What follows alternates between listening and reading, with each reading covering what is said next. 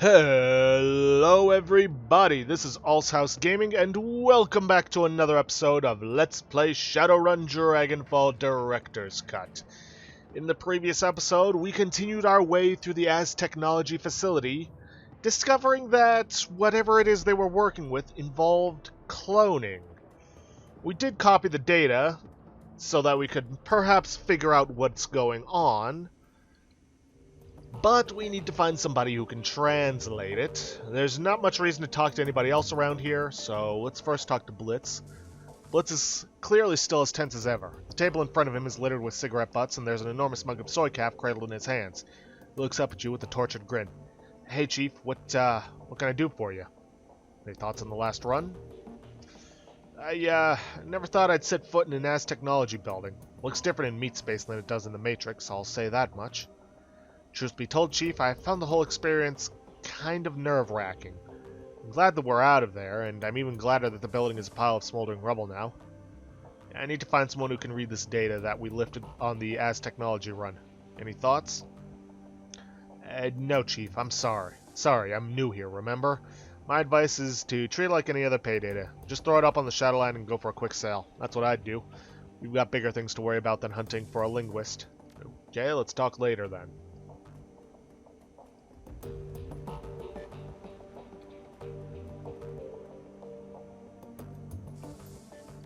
Give Dante his usual pets, and, well, let's talk to Paul. Nothing new. Found some pay data from the Technology facility, but I can't read it. Any ideas? Oh, let me see. Let's see. Amsel glances at the files on your PDA. After a moment, he looks back up at you with a raised eyebrow. These files. I can't read them, but I have my suspicions. I believe that you walked out of the facility with the very information that Frau Muller wanted you to destroy. I strongly suggest that you delete this, Talia. From what Muller told us, this information is dangerous. But if you're determined to know what it says, you could try the talismonger Algernon. I have no doubt that he can translate it for you. Oh, don't need anything else then. Alright, let's talk to Iger. Glory's not going to have anything new to say. I know this because I'm having to record this for a second time. Let's see, any thoughts on the last run? That complex needed to be buried. What they were working on in there, it was an atrocity, Talia.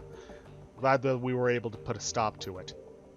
Saving the clones was a bold move. Would have been easier to leave them where they were and consider them collateral damage. She nods.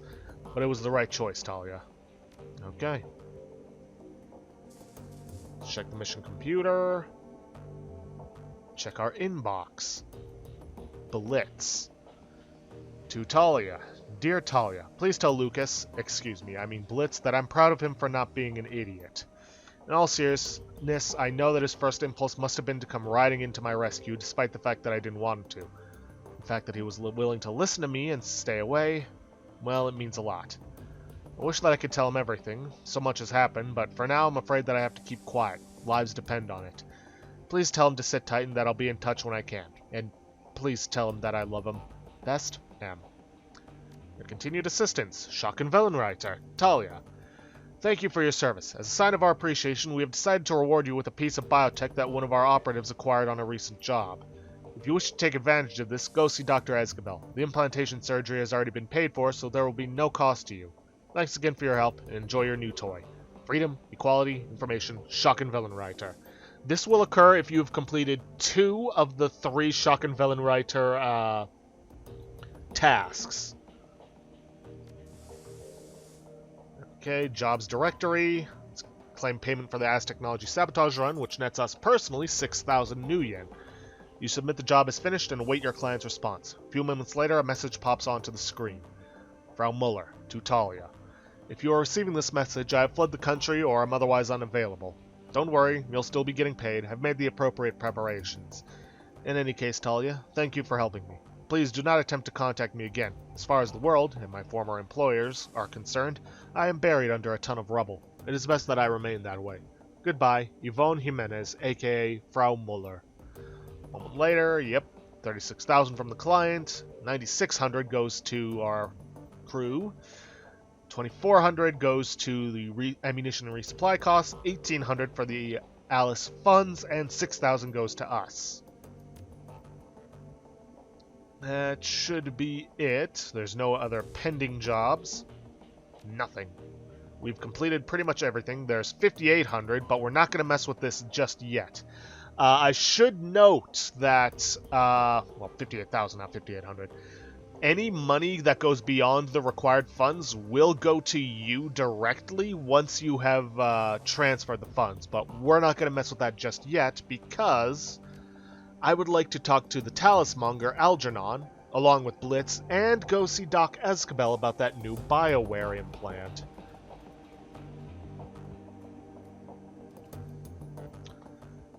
Nothing much, Lucas. Hey, I've got something for you. Really, what is... He straightens and his eyes go wide. Wait a second. How do you know that name? Well, apparently your girlfriend thinks I'm a message courier. Blitz stares at you for a moment, uncomprehending. Wait, what? You got a message from Emily? Yep. Well, let's hear it. She says that she is alright. She also says that she is, and I quote, proud of you for not being an idiot. She also says that she'll be in touch when she can. As you speak, a genuine smile spreads across Blitz's face. He nods when you finish. Well, Chief, I guess you were right. Of course I was. I'm always right. He smirks. I'll do my best to remember that from now on. Ready to leave this behind you and concentrate on your work? Here's a hint. The correct answer is yes. Yeah, boss. No more digging around and no more fishing expeditions. I'm ready to come back. Well, when Emily's ready to come back, she'll come back. I get that now. Good.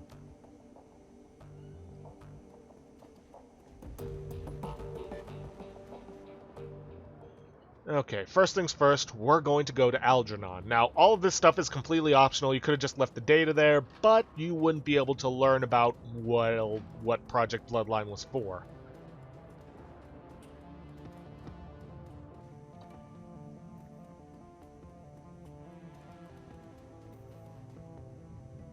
Hello again, may I help you? I got a question for you.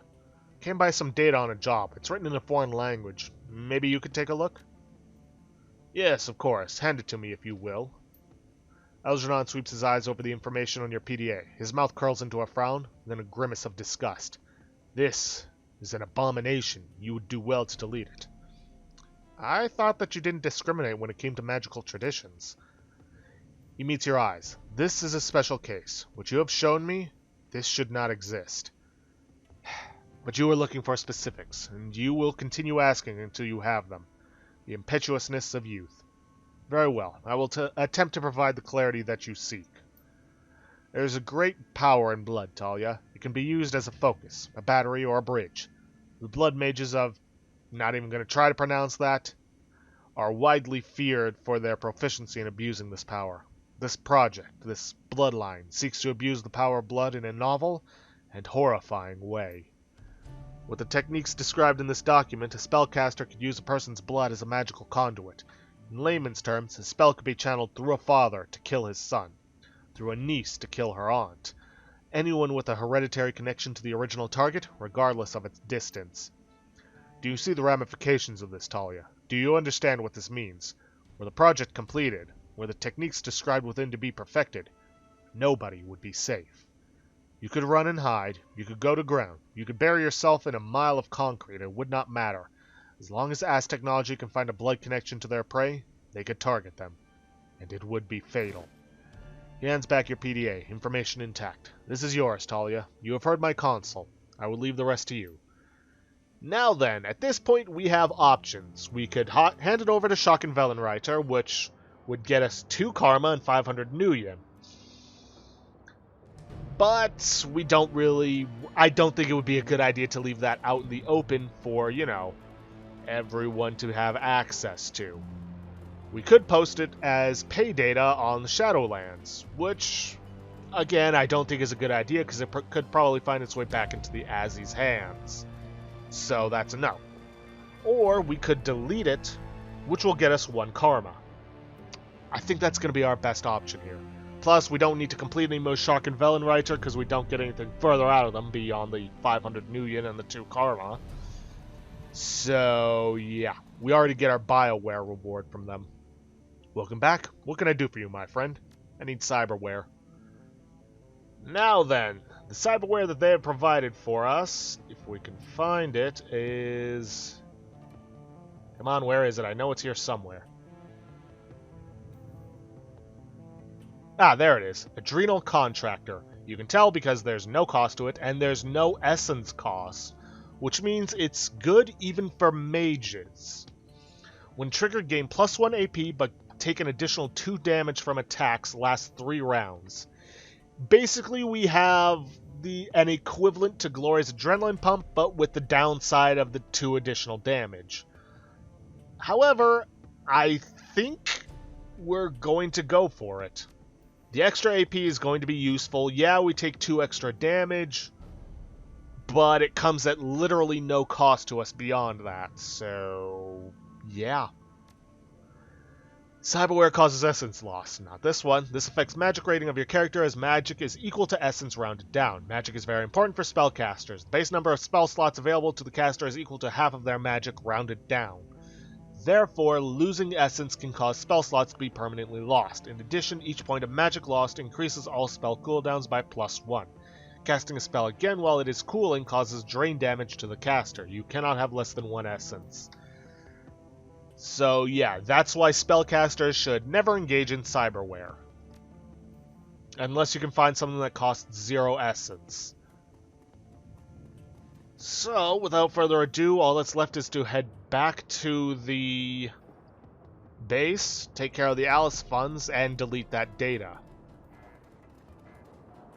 Ooh, also, I don't know if I mentioned that, but I spent all the karma that we got in between episodes upgrading quickness, ranged combat, and rifles. There are other things that require skills, but we're not going to get anywhere near enough karma to be able to get them up to those levels. There is an extra gang etiquette, but all that would get us is an extra. All that would get us is a shotgun, and I'm not using shotguns, so yeah. Okay, first and foremost, we'll delete the data. We'll check the Shadowlands BBS, post the pay data that we got because we forgot to post the OTK stuff. Delete Project Bloodline data. Yes, I want to delete it. Oh, one other thing I forgot to mention. If you completed 2 of the 3 tasks for the Lodge, assuming you're working for them, which includes pressuring the exec for the Lodge, then you can meet with Luca in Cafe SV, get 1,000 new yen. And apparently there's a package in the safe house. I don't remember exactly what it is, but from what I've heard, it's a bit of some fairly good armor. Anyways, search for BBS. Kaboom! Feel that shake a few hours ago? Not an earthquake. ASI facility went sky high downtown. Boom! You can see the smoke from here. A friend of mine down there says it was a power spike that blew their generators. I doubt it. Only Shadowrunners have that sense of flair. You kidding me? That huge one that sprung up 6 months ago? The place must have cost millions to build. If it was runners, hope they got a major payday. No way I'd go anywhere near an ASI facility without a trunk full of ammo and a mage watching my back. Honestly, the power spike version sounds more likely. I've walked past that facility and they have guards posted at the door 24/7, not to mention the automated turret system backing them up. No way someone got paid to waltz through that scheisse. No way. So dig this. Apparently there were some survivors wandering around a U-Bahn station near the blast site. Some Bumona folks approached to see if they had accounts. Then one of them said that they had to keep running, and they all took off down the tunnel. Well, sure, with a blast of that magnitude, they were probably all in shock. Got another post about a bunch of glassy-eyed people wandering around.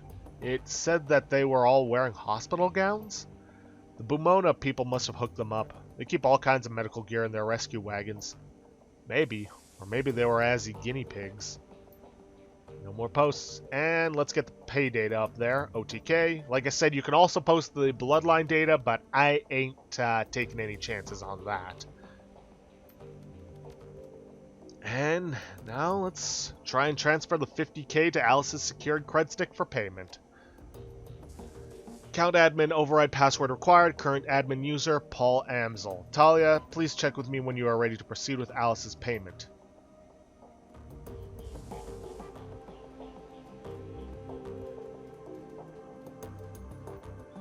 Talia, greetings. Let's see, is there something I can do for you? I need your password to transfer Alice's payment onto a cred stick. Amsel sucks in a deep breath. He suddenly looks as though an enormous weight has been lifted from his shoulders. Yes, very good. Excellent, in fact. This has been a long time coming, Talia. Yes, it has. Too long. He claps a hand on your shoulder. Well, my friend, the wait is over now. Amsel withdraws his hand to turn and open a file on his computer. Alright, before you go see Alice, there are a few things that you should know. Firstly, this is a one-way operation.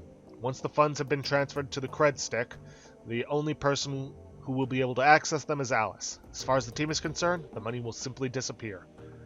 Well, it's not like we are planning on doing anything else with it anyway. Keep going. Secondly, once you make your way to the rabbit hole with the funds, it's go time. I trust that you understand what that means. We drop everything and head straight to the rabbit hole. Correct. Once you've left to see Alice, her information will be your only priority. No more distractions and no more side work. Basically, this is the first, not the last, but the first point of no return. If you have not completed your side contracts, be it the one for False Flag, be it the ones for your companions, do so now. This is your last chance to do it. Let's see. No more distractions, only priority, no more distractions, no more side work. I will busy myself canceling your remaining jobs and smoothing any ruffled feathers.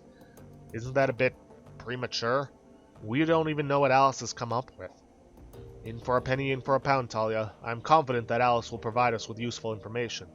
With the Firewing hunting us, I'd go so far as to say we've all staked our lives on that presumption. When we have Valclara's location in hand, we need to be ready to strike. None of your other obligations matter compared to that. Alright, I guess that makes sense. Anything else? Just that you need to be sure before committing to this. Time is important, a great dragon wants us dead, and that is not a thing to take lightly. But you shouldn't return to the rabbit hole until you are prepared to act. If you have any doubts, then I'd urge you to wait. Well, there's nothing else left for us to do. Nobody for us to talk to. We've completed all of our side contracts. We're about as ready as we're going to be. You understand? I'm ready to proceed. He breathes a sigh of relief. Excellent. The password is Volklingen. Once you are en route to the rabbit hole with the funds for Alice's payment, I will cancel the team's remaining obligations. Understood. I have to say, Talia, this lifts an enormous weight off of my shoulders. When Monica brought you on board, I was initially unsure about you. I would never have said that to anyone else, of course, but I kept you under a watchful eye. I can see now that I needn't have doubted her judgment. She chose her successor well. Now, please, go fetch the information from Alice. He claps a hand on your shoulder. We're one step closer to surviving this mess.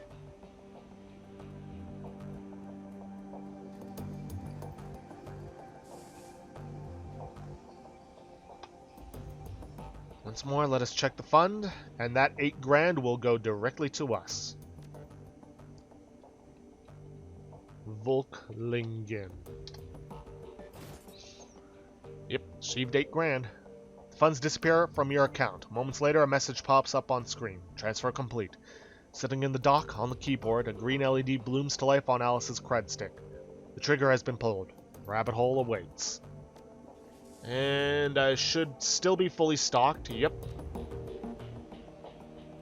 So, let's get going.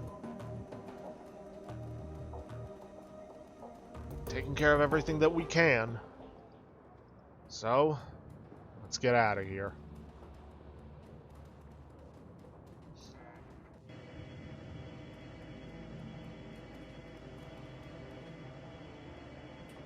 Travel to the rabbit hole at the Altstadt-Spandau U-Bahn station to retrieve Alice's data.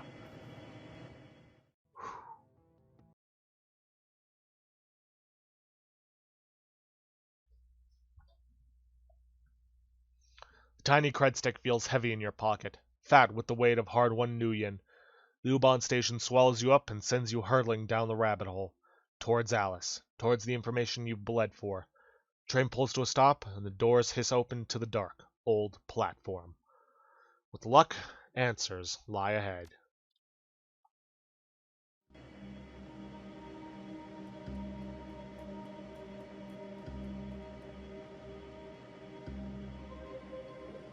Alice's console stands alone against the filthy wall of the U-Bahn platform. The colorful sprites that flicker across the screen stand in sharp contrast to the surrounding grime. Cred stick port in the machine greedily accepts your payment. You watch as the black plastic of the cred stick case disappears into the console. Moments later, a message winks onto the screen. Talia, couldn't wait for you any longer. Something is tracking me. Something terrible. You need to get out of town. Go dark for a while. If you're smart, you will too. But a deal's a deal. When you punch the flashing button on the console, it'll spit out an optical chip with your information. Take my advice. Whatever this Valclair business is to you, drop it. Drop it and run. And for God's sake, Talia, stay out of the Matrix. It isn't safe. Alice. Message fades from the screen and a button on the console begins to flash. Press the button. You can hear the whine of motors spinning up in the arcade's cabinet guts. With a smooth mechanical motion, a generic brand optical chip slides out of the payment port in front of you. Abruptly, the screen goes black. The console powers down. The optical chip sits in its cradle, waiting for you to take it. Take the chip. The instant that the chip leaves its cradle, the machine reboots itself. You are, again, alone. Well, nothing left to do here but to get out and head back home. See what's on the chip. As you settle in for your trip back to the Kreuzbazaar, you can feel the rest of the world compartmentalize and fall away. No more distractions, just you, the train, and the optical chip. It sits in your pocket, like a hot stone, impossible to ignore. As the train ramps up to speed, filling the air with a monotonous electrical whir. The sound is soft and low and urgent, droning wings of an enormous insect. It'd be smooth if your mind weren't occupied with other matters. All at once, the monotony is broken. Your PDA is buzzing. A quick glance at the screen tells you that you're receiving a call and that Paul Amsel is on the other end. You hit the receive button on your PDA. One look at the grainy image that blossoms to life on screen is enough to tell you that something has gone terribly wrong. The strangled sounds of panicked breathing punch through the PDA's tiny speakers. In the image window, you can see the outlines of figures silhouetted against the backdrop of Amsel's shop. The view rotates, bringing them toward the center of the frame.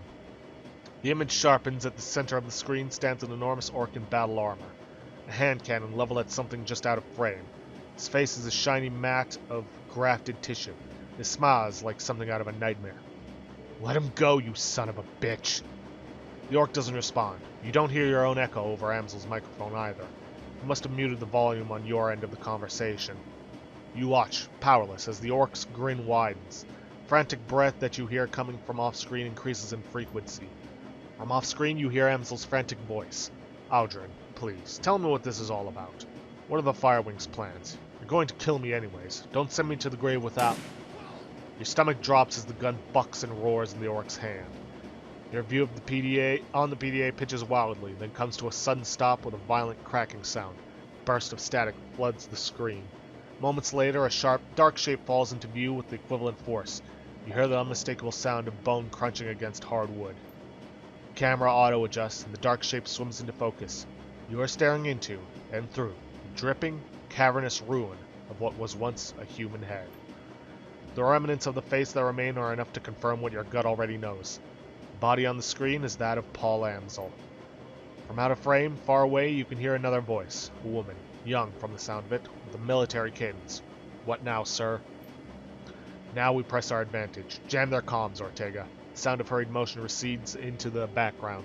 Alright, remember people, Amsel is the brains of the operation, but the rest will put up a lot more fight. Flush them out and take them down, one by one.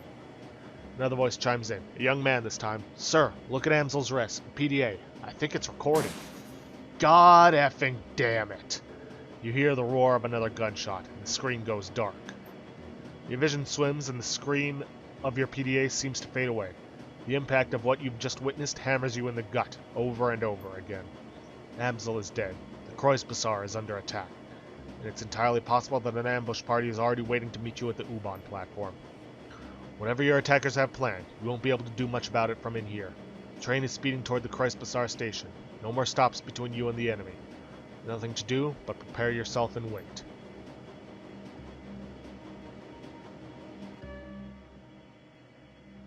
And Iger is here to greet us. The barrel of Iger's rifle swings upward. She emerges from cover, turning to face you. About time you showed up. The light plays off Iger's face like a street light on rain-slick asphalt. Her face, neck, and chest are sheeted in slick, dark liquid. Blood. A lot of blood. Where are you hit?